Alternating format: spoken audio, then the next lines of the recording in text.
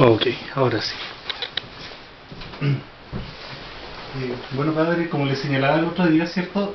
La idea es hacer una recopilación y escribirla, aunque sea de una forma breve, la historia de la población Colbert.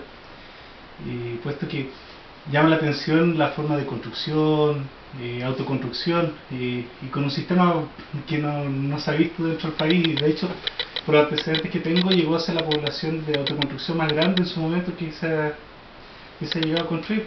Ahora bien, me gustaría saber cómo empieza la iniciativa de usted, y en conjunto con los pobladores y con el padre Vicente, de poder construir esta población. Bueno, nosotros como parroquia no somos una firma constructora. Entonces la idea fue eh, una que nos lanzaron los obispos desde sus documentos de Medellín y Puebla, que nos decían de que debemos tener ante todo una opción por la familia, por los pobres y por los jóvenes. Así que ahí nació la idea de cómo uno podría formar comunidades de base desde una necesidad que fue bastante urgente en este entonces todavía, de cómo pueden el pueblo mismo levantarse cuando se unen. Entonces nosotros tomamos la iniciativa para enseñarle en un camino bastante democrático a autogestionar algo lo que es importante autogestionar, es decir, primeramente formar comunidades. Y con una finalidad. La primera finalidad, por supuesto, fue la vivienda, pero no es la meta. La meta es una comunidad, la vivienda es una necesidad. Y eso siempre lo hemos visto, hemos hecho ver, de que la vivienda es una necesidad, pero la meta no es la vivienda, la meta es la formación de la comunidad para que capten, si nosotros nos ayudamos mutuamente, entonces uno logra levantarse. Es lo que nos enseñó nuestro Señor. Digamos, cuando uno se ama, se ama también uno da de sí mismo. Y por esto lo llamamos este conjunto y la población después con el título Maximiliano Kolbe, porque esto fue un sacerdote polaco que en el campo de concentración canjeó su vida por otro. Canjeó su vida, es decir, uno que tenía que morir, entonces él pidió, déjenme morir por él. Es una larga historia, digamos. Entonces él canjeó su vida. Y por esto, esto es lo que nosotros queríamos, de que capten, deben canjear su vida el uno por el otro. Así que, como tuvimos la suerte de que nos regalaron este terreno, son 44 hectáreas, y poder planificar una población ideal, un poco con toda calma, y con gente necesitada, es decir, con gente en general de poblaciones marginales de la ciudad. Mezclamos un poco con gente también de más estudio para levantar un poco el nivel cultural. La idea fue de que todos trabajasen para todos. No, por eso no formamos tampoco cooperativa, sino todo fue a base de confianza. La base en confianza en la parroquia. Es decir, para que uno pudiera también en ese sentido manejar un poco mejor la comunidad, una cooperativa es manejada por leyes. Entonces cuando un cooperado quiere irse o debe irse es muy complicado. Entonces nosotros nos informamos un poco, incluso en el Serviu, y entonces ellos nos dijeron no formen cooperativa, porque le va a obstaculizar la caminata. Así que formamos una comunidad libre, de decisiones libres, pero con un reglamento muy estricto y muy claro. El reglamento era de que cada poblador tenía que trabajar una cierta cantidad de horas en la semana, en comunidad, sin poder mandar un reemplazante. Sin poder mandar un reemplazante. No, el mismo poblador tenía que trabajar. Y también las pobladoras, había viudas también, más o menos un 10% aceptamos también viudas o madres solteras. Y las mujeres también tenían que trabajar una cantidad de horas menos. Y en los últimos grupos también se integraron los hijos mayores. Así que esto fue una imposición, y la otra fue de que todos trabajan donde la comunidad los hace trabajar. La tercera, de que cada uno tenía que entregar el 10% de sus entradas familiares. Esto, por supuesto, fue bastante desparejo, porque había gente también del PEM y del POG que ganaban 3.000 pesos. Entonces ellos pagaron 300 pesos al mes, nada. Y el que tenía que ganaba más, pagaba más, por supuesto. Es decir, el que era 100.000 tenía que pagar 10.000. Y había unos que pagaban más, por supuesto. Bueno, entonces esto llegó al acuerdo. Algunos no.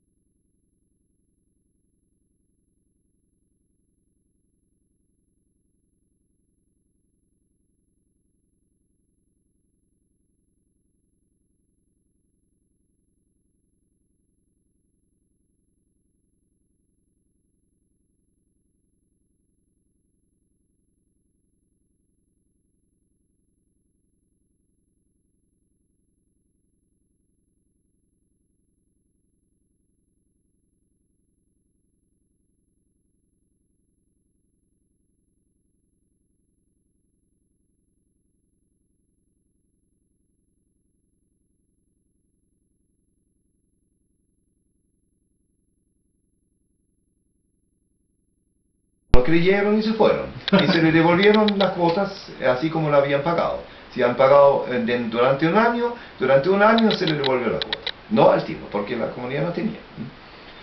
Y después yo hice una herencia, y con la herencia, por una casualidad, de una persona que no conozco, con esto pudimos comprar toda una maquinaria para instalar una barraca, con las máquinas más modernas que pudimos comprar de España. O sea, la misma producción de la madera. Todo. Y nosotros compramos basas nosotros hicimos todo solo. Entonces la idea fue de hacer todo solo. Y hicimos, claro, compramos madera, encastillamos, secamos, tuvimos machimbralora, se hizo las ventanas, se hizo las tablas de piso, forro, todo eso. Entonces, y en esto, paso a paso, muchos pobladores empezaron a aprender una profesión. Después había alcantarilleros, había electricistas, había gafitas, había mueblistas, había carpinteros. Entonces muchos hoy, a causa del trabajo en común, tienen una profesión, porque lo aprendieron trabajando, por supuesto. Y digamos, lo más difícil fue la logística, porque muchísimas reuniones nocturnas por la distribución del trabajo. Porque te puedes imaginar, el sábado a las 2, 420 hombres, 420 mujeres, pérdida de una hora, 800 horas perdidas. Claro.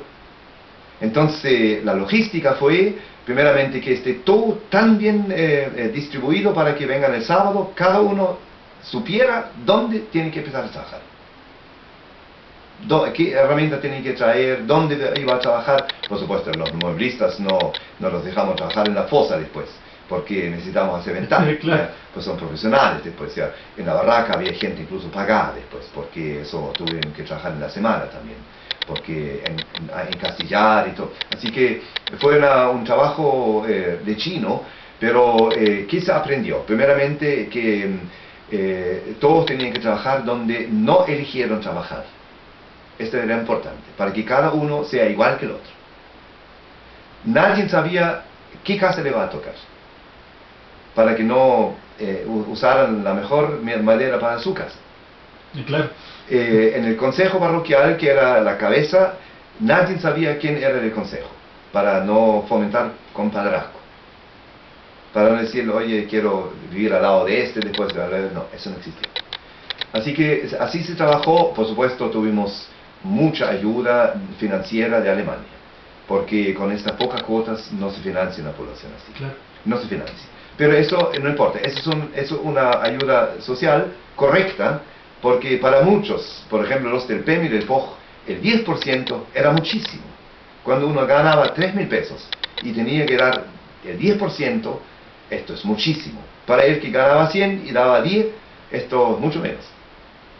¿Comprenden? Entonces, por eso, en general el poblador no logró pagar el techo.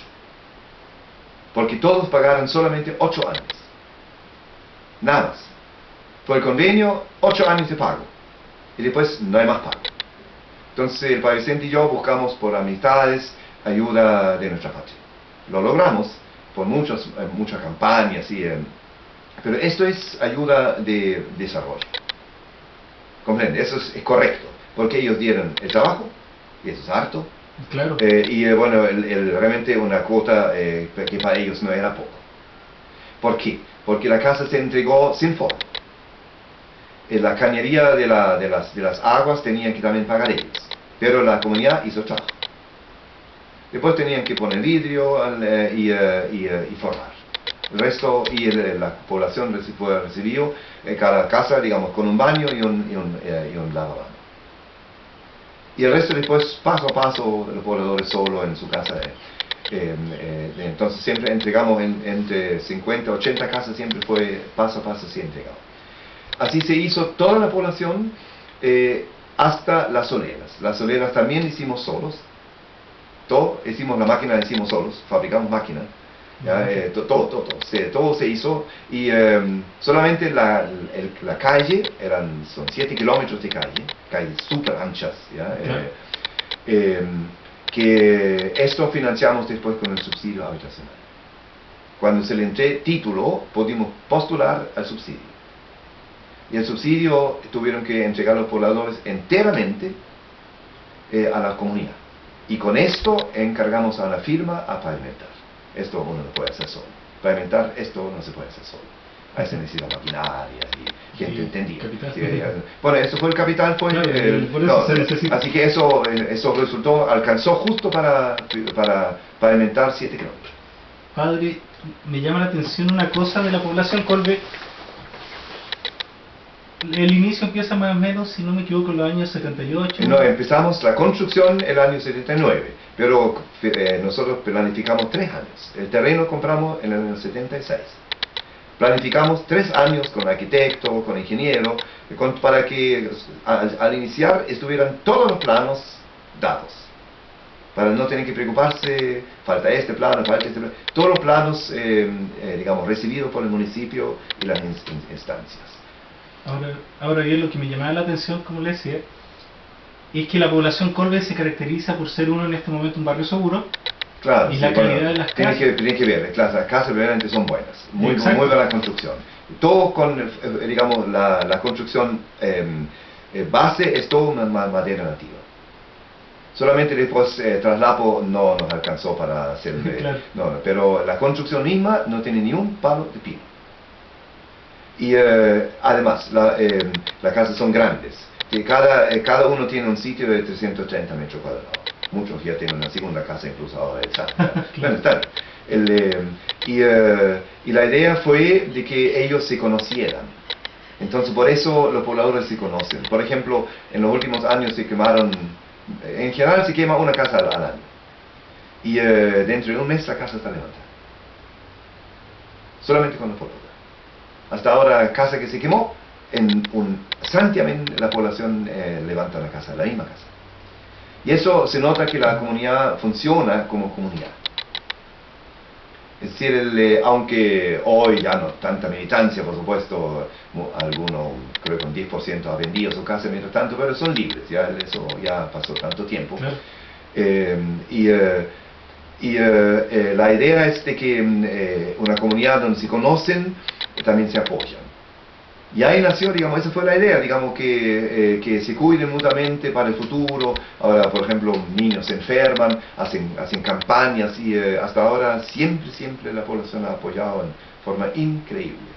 Y esto es la ventaja de esto, pero tiene que contar mínimo con 10 años. ¿10 años de producción? 10 años.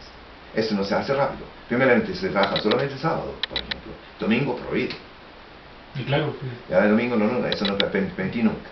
¿Ya? Y luego en el verano. Pero este tipo hay que ser primeramente muy firme, porque, como digo, porque el poblador mismo tiene que actuar, si no la cosa no resulta. Si no, ¿por qué? El chileno es muy vivo. Lo hemos visto. En la primera población construimos, aprendí eso. ¿Por qué? En la población del esfuerzo. El padre Juan Churno. Con él aprendí. ¿Ya? Entonces, ¿por qué? Porque hacen el polvorito y ganan el doble de lo que ganaron reemplazante. Entonces dije, no, esto es incluso asocial. Claro. El mismo poblador, entonces también, por ejemplo, tuve mi buena riña, porque también algunos carabineros habían hecho. Yeah. Entonces, claro, decía, nosotros tenemos turno. Dije, aquí manda la parroquia. Si usted quiere ser parte, tiene que someterse al mando de la comunidad. No mandan ni carabineros, ni políticos, ni militares, aquí manda la comunidad. Y me lo aceptaron. Y salieron bien. Pero eso fuimos muy estrictos, y eso es, hay que ser, me dijeron de repente usted Pinochet. No es eso. Hay que ser muy firme, porque sabemos y conocemos la idiosincrasia de nuestro pueblo. No es para tanto, entonces no es para tanto, una población no sale. Yo sí que fui llamado después en el año 81, para que el municipio empezase en Franque algo parecido. Fue en el comité de 2 meses me retiré. ¿Por qué? Funcionarios guiaron esto, por eso me resultó. Eso significa mucho trabajo nocturno, pero sesiones para la gente, porque es fácil que yo mande diciendo, bueno, se haga eso. La idea fue de que ellos descubran solos dónde trabajar, dónde comprar, cómo comprar, ¿entiende? Entonces esto es lento, de gente que no tenía ni una formación. Hay que escuchar a todos. Cada año cambiamos la directiva, entonces cada año venían 20 directores nuevos. Empezar de nuevo, pero fue un trabajo democrático, de formación de pueblo, muy importante. Y eso se ve ahora. ¿Por qué? Como han entendido, muchos hoy son no solamente profesionales, tienen pequeñas firmas. Claro. Y esto, todo a causa de esto. Un poblador que era profesor, hoy es empresario, me dijo, para mí esto fue la mejor ayuda en la vida, una universidad de vida que aprendí allá. ¿Ya? Entonces, primeramente, la visión comunitaria, la firmeza ante la visión comunitaria. Hay que ser muy firme frente a eso. Formación de grupo folclórico, grupo de jóvenes, grupo de niños. No preguntamos por religión ni credo político. Hay de todo adentro. Católicos, mormones, evangélicos, ateos, de la derecha, de la izquierda, no preguntamos nunca. Y no se permitió discriminaciones. ¿Ya? Entonces, después pedimos al gobierno que nos ayudase con la construcción del puente y de la copa. Lo hicieron. O sea, solamente el gobierno aportó con estos dos. Sí, nada más. Bueno, y después el subsidio. Bueno, eso es el derecho de cada poblador, de cada ciudadano. Sí. El gobierno ayudó en eso. Ahora bien, padre... Y el municipio nos enripió porque no tuvimos al tiro algunas calles. ¿Sí? Eso fue un gesto del alcalde. ¿Sí? Y algo muy bonito, el municipio se responsabilizó a guiar y supervisar la pavimentación. Porque en eso yo no tengo ninguna idea. Así que el otro se aprende fácil. Pero esto se necesita conocimiento de ingeniero, entonces el municipio hizo todo el control. Fue un gesto muy bonito. Padre, otra cosa que llama la atención de la población Colbert, dentro de la estructura del plano, ¿cierto? Está acá, hay varios sectores, qué sé yo, pero ¿No tiene algo que ver, alguna relación, la ubicación del monasterio, por ejemplo, con la misma población? Mire, esto fue, esto fue una promesa nuestra. Porque nosotros queríamos, es un secreto de fe. Sí, pero no es ningún secreto, digamos, un misterio de fe, más bien dicho. Porque nosotros no tuvimos dinero ni terreno, pero teníamos la idea de volver a levantar al pueblo de esta manera, como los obispos nos pidieron en los documentos de Puebla, de tener la opción de familia. Y yo pedí a las carmelitas que vivían en una casa prefabricada, en un rincón en el Colegio Santa Marta, si ellas ante Dios intercedieran por nosotros, de conseguir dinero y un terreno, yo con la comunidad lo íbamos a construir un convento. Y demoró 3 meses, que tuve el dinero y el terreno. O sea, claro. Entonces lo primero lo que se hizo fue construir un convento a la carmelita, fue un compromiso nuestro. Nosotros lo construimos. Entonces este convento después se quemó. Claro. Ya, este que se quemó, este construimos nosotros. Bueno, eso no es culpa nuestra, pero claro. Este fue el compromiso nuestro. Entonces lo primero lo que se hizo fue cumplir con la promesa. El terreno regaló don Jaime González. No es en terreno de Colbe. Él donó el terreno, pero nosotros construimos. Eso fue un compromiso nuestro. Ahora bien, padre, y ahora para que sepa todavía, entonces cada poblador, eso salía en el reglamento, tenía la obligación de entregar un sueldo mensual a la comunidad en el momento de la entrega de su casa. Digamos, en el momento de entrega de la propiedad por un notario, en la entrega de la escritura, ellos tienen que entregar un sueldo. Y con ese sueldo esto fue la imposición del donante del terreno, iniciar una obra nueva. Y con eso empezamos la escuela. Claro, acá donde estamos. Sí, con este dinero se construyó acá, se compró el terreno. No era parte del... No. Entre medio está Esal. Esto pertenecía al club de Corte de Son. Este era terreno de ellos. Okay. Pero se endeudaron, entonces ellos tenían que vender. Entonces el alcalde me llamó y nos preguntó si queríamos comprar. Dije, es una oportunidad. Y con este dinero compramos estas 4 hectáreas. Fue caro. Pero claro, porque ya estaba urbanizado. Por la urbanización nosotros mismos lo encarecimos el lugar, porque nosotros urbanizamos todo el resto. Así que. Pero está bien, con eso después pudimos levantar aquí fuera. Padre, bueno, si fijamos el plano urbano de Osorno, ¿cierto? En aquella época, en 1978, donde todo esto sería como la periferia de Osorno. Claro, absoluto, nosotros abrimos. Claro, ahora bien, por ejemplo, dentro de los planos sociales, tenemos algo que se conoce vulgarmente como Villa La Miseria. Claro, mire, es lo siguiente. Don Jaime González, que era nuestro arquitecto, él tenía la otra parte, era un terreno grande. Nosotros compramos una parte, él otra. Claro. Entonces él después también incluso vendió en forma barata todavía a los hijos de los pobladores que hicieron una población nueva, al mismo estilo, que se llama Madre Teresa de Calcuta. Ellos son los hijos de los pobladores, que hicieron lo mismo, copiando un poco nuestro sistema. Claro, pero sin la parroquia, con algunas modificaciones. Después, bueno, Jaime González, después construyó esta población que aún no tiene comunicación, pero lo plano es para que se abra también hacia ellos. No, y como decía, el tema de Villa La Miseria es por un tema más bien de identidad, un tema cultural. ¿No tuvieron mayores problemáticas con los pobladores? Porque si bien es cierto... Bueno, ellos empezaron después. Ellos empezaron después. Después. Y tuve que algunos corregir incluso, porque había algunas quejas por pensar en ellos. Venían a hablar conmigo y le tuve que, en ese sentido, tapar el agua. Porque ellos tienen, a causa de los pobres, agua. Ya. Es nuestra agua, que nosotros hicimos. Porque no tienen agua. Y están en nuestra copa. Y porque lo que los pobres con su plata construyeron, los ricos tienen agua. Y eso tuve que decirse. Entonces dije, no se quejen. Ustedes tienen, porque los pobres trabajaron por ustedes. quedaron con la boca abierta. Dije, bueno, entonces mejor que se calle. Justamente. Padre. No. Además nuestros pobladores son Sí. los más honrados que hay. Entonces son chilenos como cualquiera. No acepto la distinción de la raza, en la raza. No acepto. No puedo aceptar.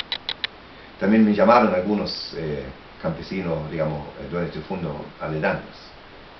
Y con esas palabras me dijeron que ladrones nos va a traer antes de empezar. Pero tuve que decirles, son chilenos igual que ustedes. Si son ladrones, ustedes también no son. Claro, me echaron afuera. Pero no importa, no importa. Claro. Pero con estas palabras, porque no puedo aceptar de que miren tan en menos a alguien que tiene menos dinero. No lo puedo aceptar. No se puede, no se puede, eso no es digno, no es digno del ser humano. Por ser pobre no quiere decir que uno sea menos ser humano. Así que esto es una buena enseñanza. Creo que primeramente una población súper tranquila, una población modelo, de que haya cosas, por supuesto, que también hay entre medio de todo, sí, eso es normal, pero hay también gente que no es honrada, que tiene la corbata. Claro, justamente. Entonces eso es cosa del ser humano, donde no se puede decir este sí, este no.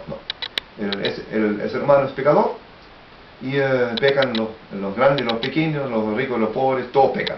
Los cura y los no cura, igual. ¿Ya? Entonces, así que pero la idea fue de que el hombre capte, si nos amamos, logramos levantarnos. Y esto es un ejemplo para el país.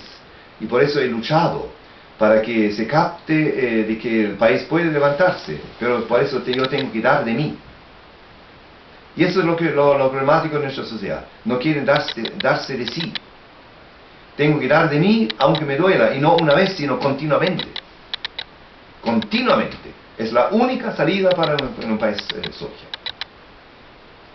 Y eso es lo que queríamos, digamos, dar como un ejemplo, digamos. Y para que sepa, los próximos 80 hijos están ya por construir una población. ¿En Quinto Centenario? No, están construyendo, ya tienen terreno en la vejería. En la vejería. Padre, hay una cosa que me llama la atención, ¿cierto? Y no me dejo de dar vuelta en la cabeza. O sea, desde el punto de vista de la fe, bueno, yo soy católico, todo, participante, todo, pero desde el punto de vista humano, para llegar a reunir tal cantidad de fondos, porque usted dijo aporte el gobierno de personas desde Alemania, y eso es bastante importante, porque ¿quién se podría imaginar que personas dando el 10% con el mínimo y toda esta gestión? ¿Cómo? Te voy a dar un ejemplo. Un conocido mío de Puerto Varas me trajo una profesora que quiso vivir aquí su fin de vida, una ex profesora alemana en Chile. Y me lo trajo, una mujer solterona de 75 años, bien posesionada, y la trajo un día y vio el trabajo. Y me dijo, me gusta cómo la gente se ayuda. Y me trajo un valor más o menos de hoy, 5 millones de pesos, dijo, una pequeña ayuda para ellos. Después de 15 días volvió, me trajo 45 millones más. Me dijo, ¿sabe? Vendí mi casa para ayudar a los pobladores. Y vivió hasta el fin de su vida en una pieza arrendada. Una pieza. Y murió en la pieza, la encontraron muerta después. Y en el Puerto Varas después se cambió a otro lugar. Pero yo la conocí muy bien, la visité muchas veces. Y de esta manera nosotros conseguimos ayuda de gente que era tremendamente generosa, y nos empezó a ayudar. Parroquias que hicieron campañas, por ejemplo, hicieron marchas de hambre, lo llaman. Se juntan, digamos, es un sistema alemán muy interesante. Para hacer el bien, dicen, marchemos en bien de. Y escriben, digamos, se escriben niños, adultos, políticos, y hacen una caminata de 15 kilómetros con meditaciones entre medio de un lugar a otro. Y tienen una tarjeta donde van después, son las amigos y amigas, ¿cuánto me pagas el kilómetro? Yo camino por un bien, ¿cuánto me pagas por kilómetro? Entonces dice, bueno, yo le pago 2 euros, o 1 euro, o 10 euros por kilómetro. Entonces después tienen timbre, los kilómetros que viajaron y después cobran. Se junta cualquier plata. Lo hacen, por ejemplo, políticos en tiempos de campaña con comunidades. Para ellos es una propaganda. Claro. Caminan con ellos y conversan, entonces se hace, pero siempre se hace con fe, y eso nos ayudaron en comunidades católicas, evangélicas, todo. Eso fue y incluso venían 3 veces comunidades viajando aquí para ver cómo funciona. ¿De Alemania? Sí. Nosotros invitamos a 2 primeramente para que lo vieran. Le pagamos el pasaje para que creyeran cómo es, entonces ellos se entusiasmaron de tal manera, y ahí ayudaron de muchas partes de Alemania, nos ayudaron y muchas veces con estas marchas o otros beneficios, que sé yo. Y eso fue, de esta manera logramos juntar el dinero. Fue realmente milagroso, fue bien milagroso. Sí. Por ejemplo, hicimos campaña, necesitamos 100 cartillas. Ya, hicieron una campaña. Necesitamos 5.000 kilos de clavo. ¿Ya? Entonces, sabían por qué marchan. O por 30 techos. Entonces, ellos sabían, pero nunca solamente para nosotros. Siempre una comunidad en África, una aquí, y compartimos siempre con otros porque se junta bastante plata en estas marchas. Y la gente es bien generosa. Y son niños de 11, 12, 10 años que van a y que se dejan pagar. Van sus parientes, amigos, oye, ¿cuánto me pagas el kilómetro? Entonces ellos hacen algo, caminan, meditan y después dicen, me esforcé en ayudar a alguien. No solamente dieron, vaya, aquí tienes 2 euros, que entiende, sino se esforzaron para en bien de alguien. Eso se empezó para momentos de países donde hay hambre. Por eso lo llaman hoy todavía marchas de hambre. Pero lo hacen por otros fines también. Pero Claro, se llaman marchas de de hambre. ahí nace. Muy bonita la idea. Sí, bastante. Padre, hay otra cosa que me llama la atención, como siempre es cierto, cuando uno empieza una empresa, o en el sentido etimológico de emprender, no todo es color de rosa. ¿Cuáles fueron las mayores dificultades a su criterio que usted vio al momento de levantar la población con los pobladores? Hacerle creer que es verdad. Porque tuve que decirle también que no tengo plata, tenemos que confiar de que nos ayuden, es lo primero. Después la dificultad mayor era la permanencia vigente, la constancia. El chileno no es constante. Pero eso es lo que yo le prometí. Soy muy firme. No soy el hombre más amable que hay, pero soy muy firme en mis propósitos. Y eso, y por eso de los primeros 100 quedaron 13. Porque no cedí, aunque con dolor ver cómo personas, familias con 6 hijos, 7 hijos, tuvieron que decir que no, porque basta que un cierto tiempo, digamos mes y medio más o menos, que no venían a trabajar, adiós, chao. Aunque hayan trabajado 2 años. Ahí fui muy firme, y eso fue el éxito. Y esto, por eso de repente, claro, me echaron barro, pero yo en eso hay que ser muy constante, muy constante. Eso es el mayor problema. No tuve problema con la política, porque sé que fuimos observados, pero vieron también el bien que hicimos, por eso nunca nos hicieron problema, porque yo nunca, por ejemplo, mandé la nómina de cambio de directiva, lo que era obligación. Claro. No hice nunca, pero nunca nos dejaron, nos reclamaron, nunca. Supimos que estamos observados, pero también ellos supieron el bien que hacemos. Por eso conseguí después con mucha facilidad el gobierno militar, el puente y la copa de agua, enseguida. Enseguida. Sí, porque vieron el bien. ¿Ya? Y así que digamos, yo no vi dificultades. Las dificultades son esas humanas. Ya, claro, estuvimos urgidos realmente de plata, por supuesto. ¿Sí? Pero eso dije, bueno, Dios en eso creo firmemente, dijo 100 veces cosechará, dice el Señor, y cuando uno trabaja con gente siempre se encuentra en camino. Así que esto fue más bien la mayor, pero no lo veo como una dificultad, lo veo como un papel del guía de ser firme frente a su comunidad. Es papel del guía. ¿Ya? Y nuestra ventaja fue no mirar a la religión ni a la política. Es decir, no permitimos nada, discusiones religiosas ni políticas. Como se dice, en la mesa no se habla ni de política ni de No, es política. decir, pues supimos quién está en qué partido, eso se sabe muy Claro. bien. No importa eso, pero trabajaron así unidos. Eso me llama la atención, padre, y si usted nos puede explicar un poco, porque la diferencia entre comunidad y cooperativa, porque esto no Bueno, claro, la cooperativa es, por ejemplo, si un cooperado no viene a trabajar, ¿cómo lo sacas? No hay método desde las reglas cooperativas sacarlo. Ya, entonces la comunidad tenía la libertad de decir a alguien tú te vas. Y es la comunidad. De la comunidad. Sí. Ya. Entonces tiene la libertad. Y eso sale en el reglamento. Pues, un poblador no podía hacer ninguna... No tuvimos problema. Es de verdad, nosotros nunca tuvimos un problema en juzgado ni nada, porque ellos firmaron su reglamento y eso sabían a qué vienen. Y eran libres también de irse cuando querían irse. Esto era absolutamente, pero también la comunidad, como comunidad, tenía la libertad de poder decir, tú no vienes a trabajar, tú te vas. Padre, lo otro que me llama la atención, al visitar un poco, recorrer la población Colbert, me doy cuenta el nombre de las calles. Sí, las calles tienen una relación entre el país y la iglesia. Justamente, por ejemplo, hazaña indígena, Sí. que la calle... Bueno, eso es algo bien especial. Bueno, digamos, los nombres de la calle son los primeros sacerdotes, el camino del Inca, Pedro de Valdivia vino por el camino del Inca, aquí la calle Virgen del Socorro.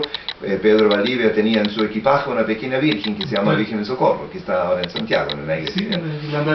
Sí, entonces y todos aquí abajo son los primeros sacerdotes que trabajaron en Chile. Ya, Lobo, Marmolejo. Entonces, la calle hacia indígena tiene una razón, porque según los anales de Osorno, cuando Osorno fue en el año 1600 destruido por los aborígenes, ellos, dicen los anales, se retiraron al monte Pilauco para reírse de los españoles. Y eso fue aquí. ¿Acá? Claro, es el Pilauco. Claro. ¿Ya? Entonces, estaban aquí arriba, muertos de risa, por la ciudad quemada. Claro, bueno, era Y por eso llamamos esta calle, fue la hazaña de los indígenas. Y la calle larga siguiente, habíamos dado el nombre La Reconquista, pero el gobierno militar no me lo aceptó. Bueno. Entonces fue penoso, porque la plaza queríamos llamar Plaza de la Reconciliación. Pero desgraciadamente no me entendieron la idea. Porque decían, ¿es política? Dije, no, no es política, esa es historia del país. Porque los españoles después reconquistaron. Claro. Y llegaron a las paces de Canoa. Claro, acá no fue todavía. Entonces, pero desgraciadamente no me entendieron. Entonces por eso se llama Teresa Loján, digamos, ya, Teresa, pero y la última calle que se llama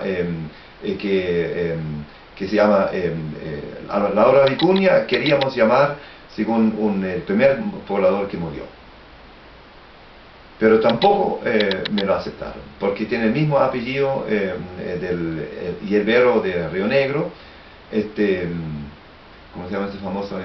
Ricandeo. Ya. Y porque ese es comunista. Entonces el poblador tenía el mismo apellido, no me aceptaron tampoco. Decían, es comunista. Le dije, nada que ver ese primer poblador que murió. Queríamos darle un honor, digamos, ¿entiendes? Claro. Así que por eso tiene este nombre de Laura de Vicuña. Pero también no tiene una relación directamente con Osorno, Laura, tampoco Teresa de los Andes. Porque todas las otras calles tienen una relación entre Osorno y la iglesia y el Estado. Entre Osorno y la iglesia y el Estado, ¿entiendes? Digamos, el primer franciscano que vino, el primer Gabriel Flores, por ejemplo, el Verbo Divino que vino, o por ejemplo la calle Gregoria Ramírez y el cacique Huentemago. Es una historia pero tan linda, también me lo habían borrado, pero esta calle la reconquisté, porque le expliqué para que vea cuán poco Osorno conoce su historia. Pero me hicieron llorar aquí en el municipio por desconocimiento de su propia historia. ¿Por qué? Porque en Osorno estuvo el primer convento de contemplativas de Chile. ¿De Chile? De Chile. Y las tres se llamaban Isabelas. Las tres hermanas. Las tres se llamaban Isabelas. Por eso el camino hacia arriba, el convento se llama el monasterio. El monasterio no estuvo aquí arriba, pero estuvo en Osorno, no en Santiago. El primer convento contemplativo estuvo en Osorno. ¿Qué congregación era la...? Eran clarisas. Entonces, ahora escucha. Y cuando Osorno fue destruido por los indígenas, fue raptada una monja. Y esta monja se llamaba Gregoria Ramírez. Y los españoles la buscaron por tierra, mar y aire, puede imaginar. ¿Sí? Claro. Y la encontraron después de meses en manos del cacique Huentemagu, que no la tocó. Le construyó una ruca, se enamoró en esta mujer, le construyó al lado de su ruca otra ruca para que viviera su vida de monja. Bueno, los españoles la llevaron a Santiago, y después de años apareció el cacique Huentemagu en Santiago, se dejó bautizar y sirvió de portero en este convento hasta su muerte para estar cerca de esta monja. ¿No es amorosa esta historia? Sí. Este es el famoso cacique Huentemagu. Entonces, y esta calle, por eso, una calle se llama Cacique Huentemagu y la otra paralela se llama Gregorio Ramírez, por esta historia. Es lindísima la historia. Es bastante... entonces, por eso, las calles todos tienen una razón de ser. Y entonces, el puente llamamos Juan Pablo II, porque Juan Pablo II conoció a Kolbe. Lo conoció personalmente y también lo canonizó. Y por eso él se llama Juan Pablo II. Y para la inauguración de la Kolbe, invitamos al hombre que fue canjeado por Kolbe, porque vivió tardío. Pero no pudo venir por edad, un polaco. Claro. Que salvó su vida del campo de concentración. Y le escribimos y nos contestó, nos mandó una carta, una joya. También estuvo presente cuando se canonizó a Kolbe, estuvo en Roma, el hombre, que todavía siguió vivo, por ahora murió.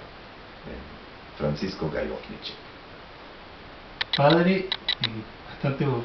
Son lindos testimonios. Sí. Una tremenda bendición. Padre, lo otro que llama la atención un poco, no sé si llamarlo moda, pero es muy de la actualidad. El tema de Monseñor Valdés, por ejemplo, no son. Y la Kolbe corresponde a su periodo de obispo, Monseñor Valdés. ¿Él tiene algún rol participante dentro de la fundación? Bueno, él nos permitió. También tiene una calle, tiene su nombre. Sí, pero él tuvo que aceptar, si no, yo no habría podido. Él dio todo el vamos. Y ahí tuvimos todo el apoyo, por supuesto, sí. Pero después ya murió. Dejen sacar la cuenta, murió en el año 82. Todavía no habíamos levantado ni una casa. Estábamos recién haciendo cosas. Así que... Pero el convento ya estaba. Así que eso, él nos dio todo el permiso, ¿sí? En ese sentido. Sin él no habríamos podido. Si él dice que no se puede. Por ejemplo, aquí queríamos seguir en este terreno de la población. Y lo dijo Miguel, después dijo no, hagan algo para juntos. Y ahí nace la Fundación Cristo. No, ahí nace el Fraico. Ya aldea juvenil ya estaba. Entonces, pero ahí hablamos, trabajamos con los niños, digamos, de la cárcel. Este fue el proyecto inicial. Padre, y otra pregunta es que en función de todo el trabajo historiográfico, la historia dice que nada nace de la nada. Y siempre hay motivaciones propias, qué sé yo. ¿Me podría contar un poco de su historia personal para poderlo incluir dentro del trabajo, de cómo usted llega a Chile? Bueno, digamos, yo soy fugitivo, yo perdí patria y sé lo que es no tener casa. Es decir, la parte donde yo nací ahora es Polonia. Nosotros fuimos expulsados. Es decir, nosotros nos arrancamos antes. Los rusos estaban ocupando los terrenos, entonces nosotros nos arrancamos. Y después vivimos sumamente pobre por muchos años, hasta el año 52.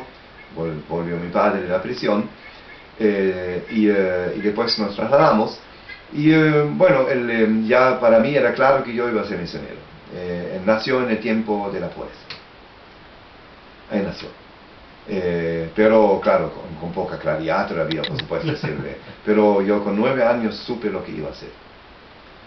Y motivado por algo de nuestra madre que nos abrió los ojos por la necesidad de otros. En este tiempo difícil donde no tuvimos que comer, nos hizo trabajar por lo que menos tiene todavía. Fue muy interesante mi madre, en ese sentido nos abrió los ojos y se lo agradezco mucho. Y después yo siempre quise salir, pero no con una congregación. Entonces después me salí del seminario, estudié por mi cuenta. Y me tuve que buscar un obispo. Claro, porque estudié sin obispo en Alemania, después de mis últimos semestres. Y fue el último tiempo del Concilio Vaticano II. Y ahí me busqué direcciones de obispos de América. Y empecé al azar, dije, escribo a alguien. Y dije ese, y fue el obispo de Osorno. Al azar. Y él me vino a ver enseguida, y ahí me aceptó. Bueno, tan fácil fue, digamos, tan poco complicado. Yo pensaba que fuera más complicado, tuve suerte. Y vine al tiro para acá, en el 66, y trabajé primeramente en la catedral, 2 años, después trabajé en el campo. Ahí vi la necesidad de los campesinos y ahí nació la idea de la aldea juvenil. Opción por la juventud. Y mientras tanto trabajé con el padre Juan y él me abrió los ojos por la vida en las poblaciones marginadas. Y yo como sé lo que es cuando uno no tiene techo, cuando uno no tiene dónde cobijarse, dije, bueno, esa es la oportunidad de volver al Señor lo que Él me ha regalado. Un poco ese es el enfoque. Claro. Además, como los obispos dieron la enfoque juventud y familia. Dijimos con el padre Vicente, bueno, con la juventud hagámoslo con la fundación y con la familia hagámoslo con la vida poblacional. Y ahí nació todo esto. Pero fue importante la cooperación con el padre Vicente. Fundamental. Eso quería preguntar. Fundamental. El padre Vicente. Somos los dos. Los dos. Somos la gente. Hoy todavía, aunque ya no trabajamos juntos, pero este trabajo fueron 20 años de trabajo en conjunto muy unido y fue muy fértil. Sin él no habría salido así.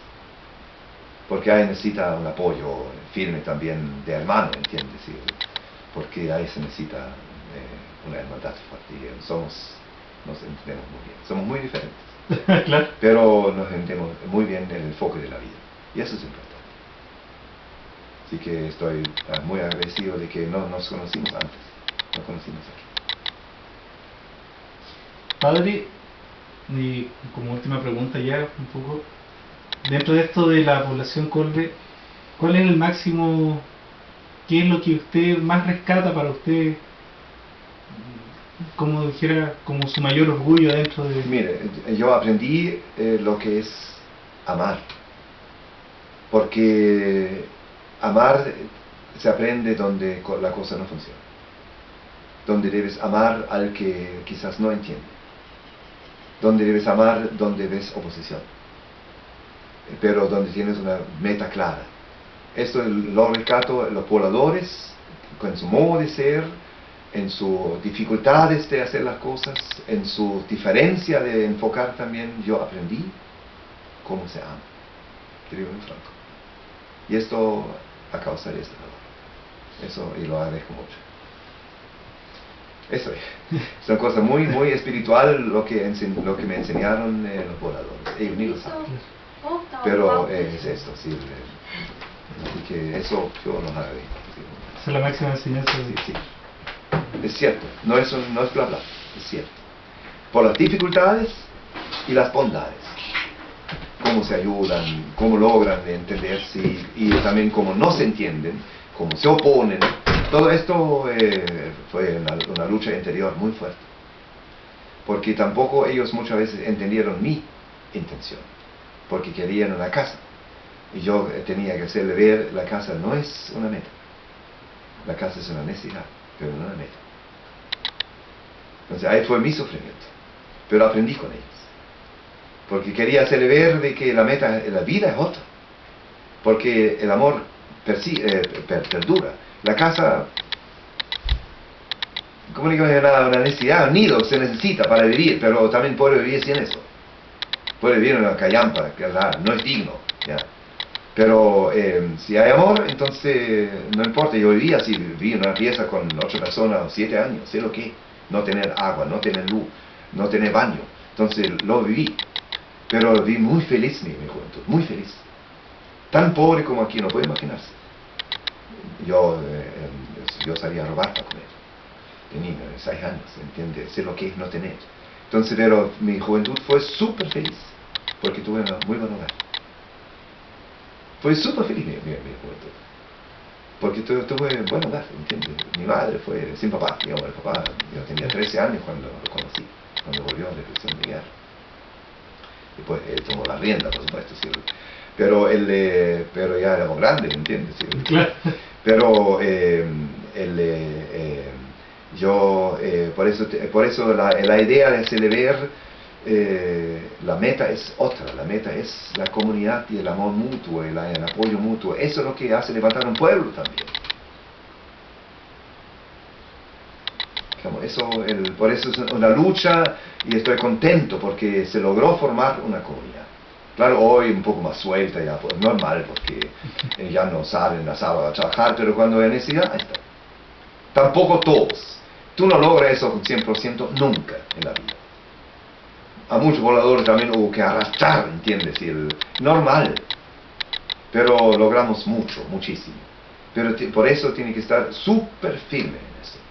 También hoy lo agradece. Pero tiene que estar súper firme. Y eso duele, por supuesto. Eso fue un poco mi dolor, ¿entiendes? Pero no importa. Y eso es mi aprendizaje. Claro. Sí. Pero no fui negligente en ese sentido. No cedo ante los propósitos. Y eso es el hecho también después, al final, del resultado. Bueno, padre, muchas gracias por su entrevista. No sabe cómo me ayuda y... Bueno, algo quizás te puede Sí, ayudar. no, y bueno, en esto de la recopilación histórica vamos a tener que seguir buscando, y de hecho ahora quiero ver la posibilidad de entrevistarme con algunos pobladores. Eso, Sí, y vamos a ver si resulta un buen trabajo, a ver qué pasa. eso resulta. Eso. Como dice el Quijote, no hay nada más hermoso en la vida que luchar por lo imposible. Claro, y la vida